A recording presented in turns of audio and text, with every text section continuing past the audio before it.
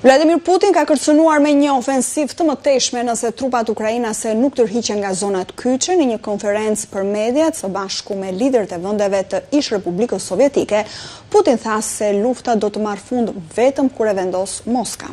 Putin po ashtu hodhi poshtë zërat se mund të ketë një paqe me Zelenskin, pasi sipas tij ka mbaruar legitimiteti i drejtimit të vendit. Presidenti i Rusisë Vladimir Putin ka shuar çdo spekulim për sa i përket ardhmës së luftës në Ukrainë. I pranishëm në një konferencë me vendet e ish Republikave Sovjetike, shefi i Kremlinit hodhi poshtë amendimet për një përfundim të shpejtë të luftës dhe rikthim të dialogut.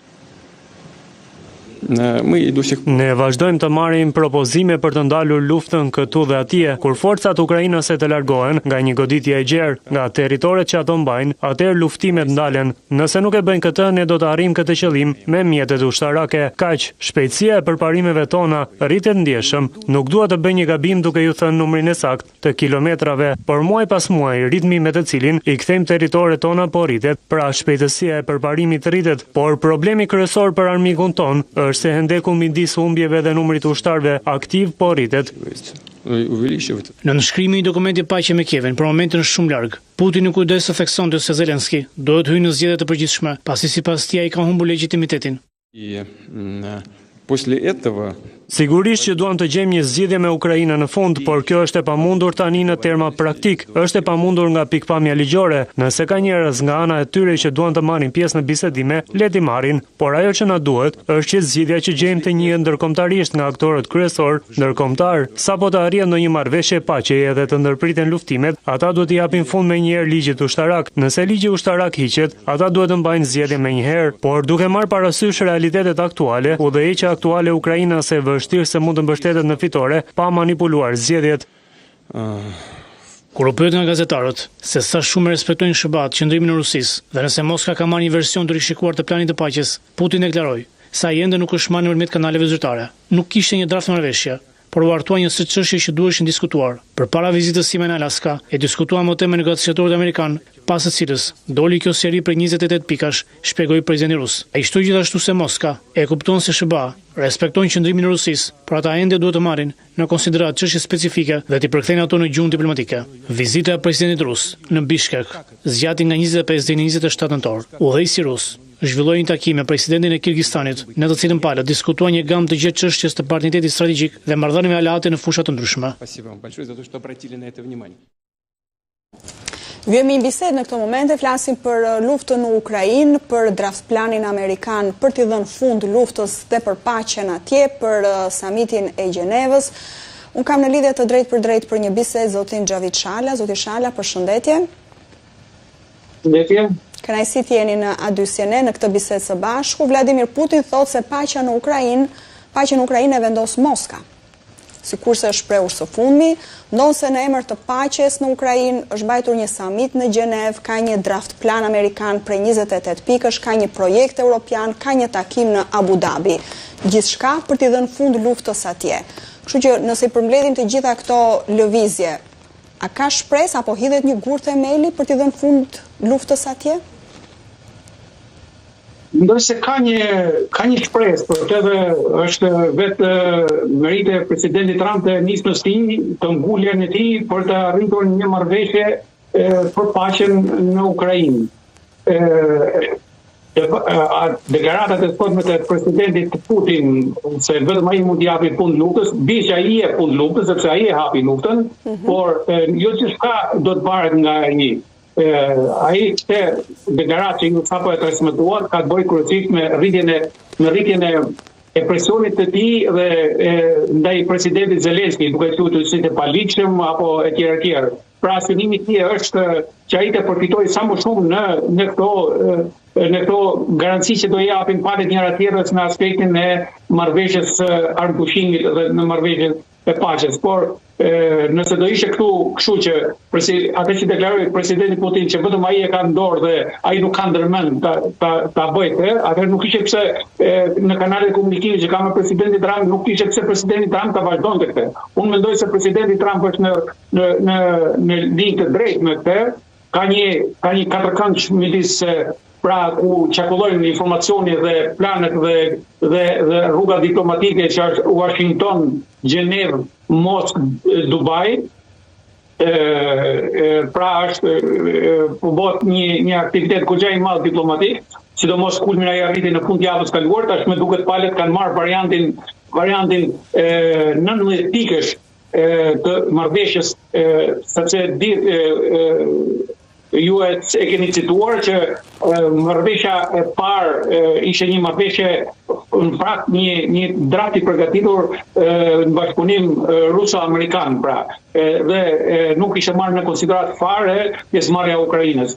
Në këtë kohë ka qenë një këmbgulje e madhe e Ukrainës, e leadershipit evropian, dhe po ju përmend vetëm një deklaratë të Ursula von der Leyen që thotë që paqe për Ukrainën pa Ukrainën nuk mund të ketë, bisedime për paqe pa Ukrainën për Ukrainën nuk mund të ketë. Pra tashmë në Gjenev në fundjavë u mlodh në atë takim shumë të rëndësishëm që i dha që u finalizua me përgatitjen e një drafti të tretë, po themi, sepse drafti i parë që në amerikanë, drafti i dytë në europianë, ky drafti i tretë që ishte amerikano-ukrainas, një draft 19 pike që çuditërisht nuk ka dalë fare në publik, po thuhet që është dakordsuar në ato dy palët, nuk ka dalë në publik dhe ky drafti është paraqitur në Dubai, është paraqitur palës edhe palës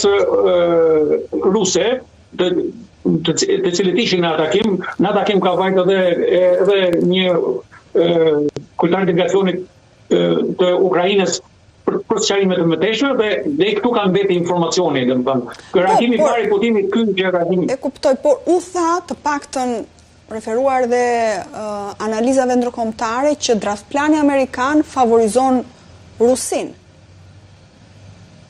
Absolutisht, ajo u quajt një bile nën presionin e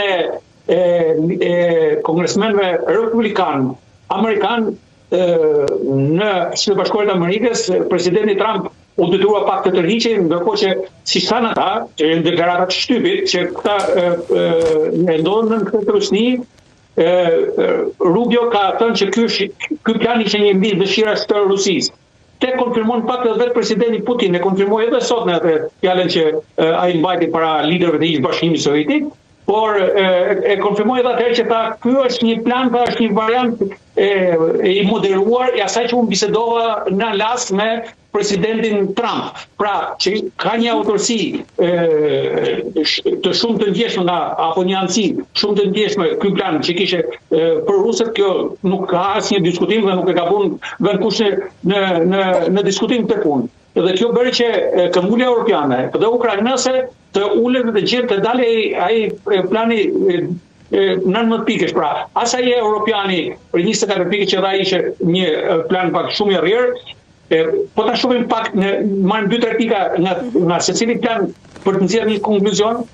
Në planin amerikan, plani i Trumpit, po e quajmë amerikano-rus, përpiqet që të mos e quajmë thjesht një plan për paqe për Ukrainë-Rusi, po të ishte diçka më lart. Ishte një plan që kishte lidhje me garancitë e sigurisë për Europën. Ndërkohë që në plan ishin parashikuar edhe detyrime edhe për Europën, pra për NATO-n, detyrime për Bashkimin Evropian për $100 miliard etj. Gjë që sidomos kancelari gjerman hodhi poshtë automatikisht, pra nuk mund të lidheshin detyrimet e BE-s dhe të NATO-s në një traktat, në një marrëveshje të tillë paqësore.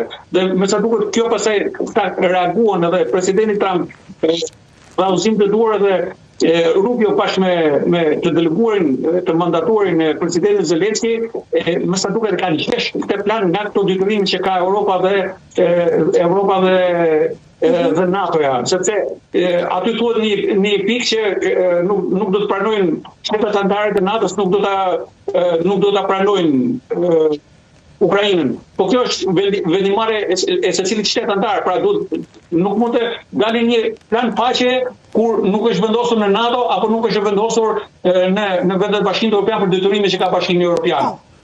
Pra, plani evropian, po. Do me thënë, mi përfundojnë këtë dhe I kthemi pak asaj që thatë në fillim që ka një draft të tretë, le themi të dakordsuar dhe që është paraqitur në Abu Dhabi, por që nuk ka shumë informacion. Po, nuk ka, paktën deri tash nuk ka një draft të publikuar dhe është thënë vetëm që është I dakordsuar, është pranuar nga Putin dhe nga Zelenski? Jo,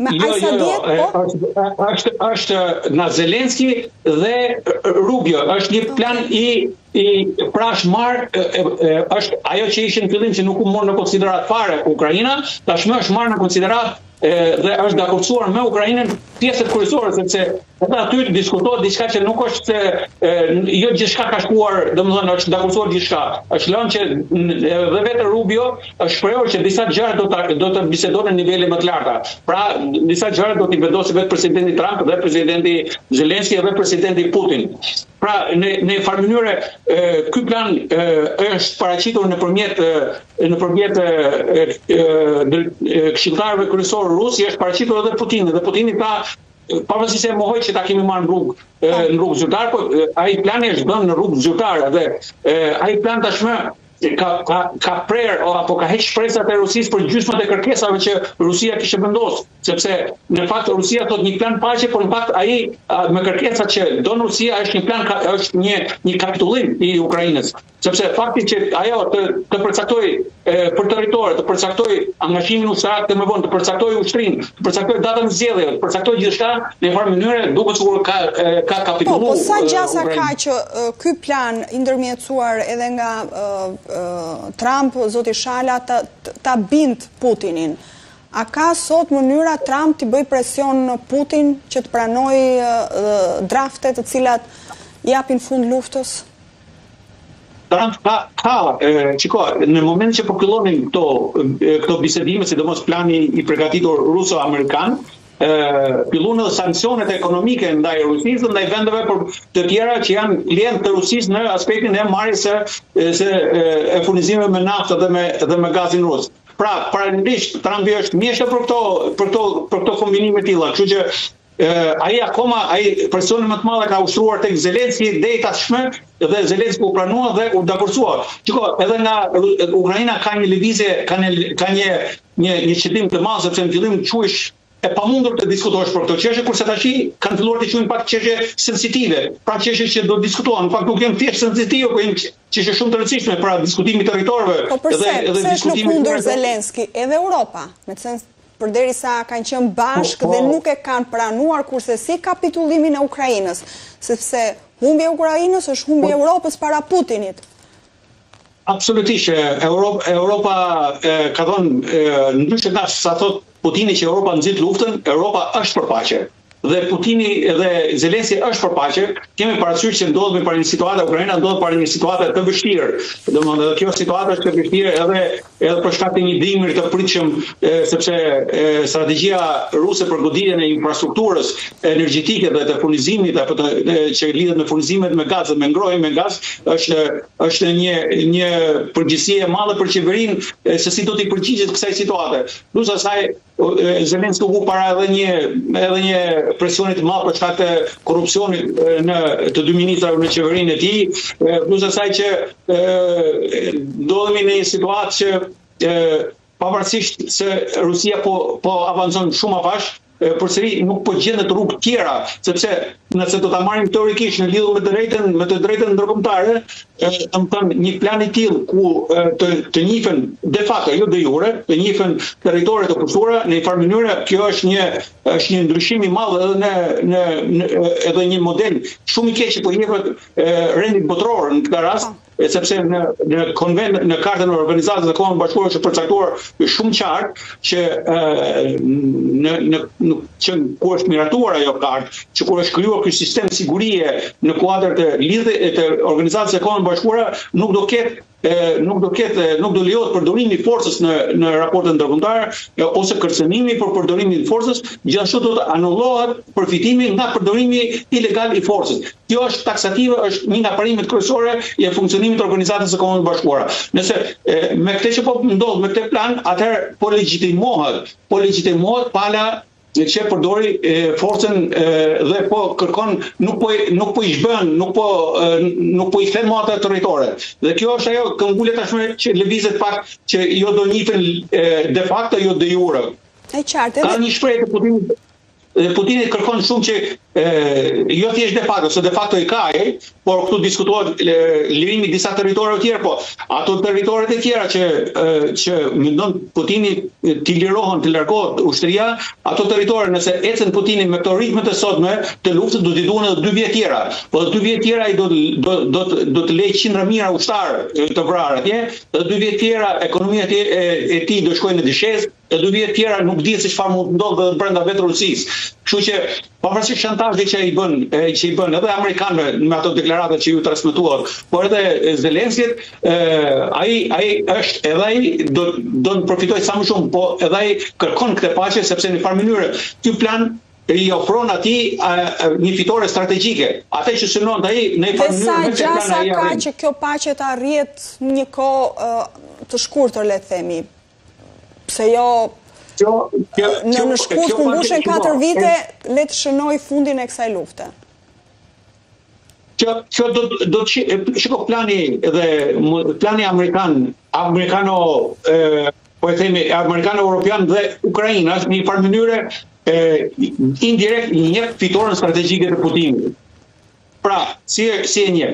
E njeh sepse ai de facto po i njeh këto territore, edhe nëse konflikti do ngrihet, do quhet një konflikt i ngrirë në vijën e frontit, përsëri kjo është një fitore strategjike për Putinin, sepse pala kundërshtar, pra Ukraina dhe bashkë me të edhe Europa Perëndimore nuk është në gjendje ti kthej ato territore.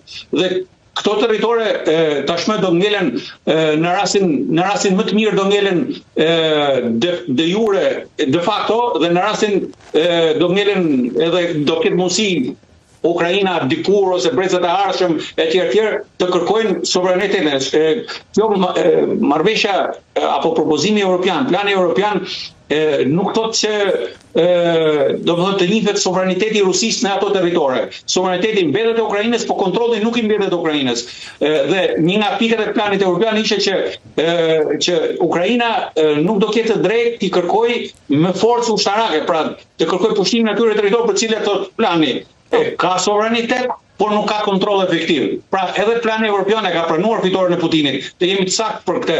Tjetër gjë pastaj që nëse do ta analizojmë në nivel më të lartë, Putini më shumë ka humbur se sa ka fituar, sepse dihet ekonomia si shkoi, dihet NATO u bë akoma më fuqishme. Mos harrojmë një deklaratë kujtoj një deklaratë e presidentit Macron që tha para fillimit të këtij konflikti, që tha që NATO është në gjendje kome. NATO tashmë e zgjoi, u kthye, u shtuan me 2 shtete të reja, të fuqishme me cilësi ushtrie, me cilësi armatimi etj. Pra Putini ka përfituar disa territore faktikisht, por ka humbur shumë gjëra tjera. E qartë, ju falenderoj shumë zoti Shala për bisedën dhe kohën tuaj. Faleminderit. Faleminderit. Një tjetër hapësirë publicitare, rikthehemi pas pak.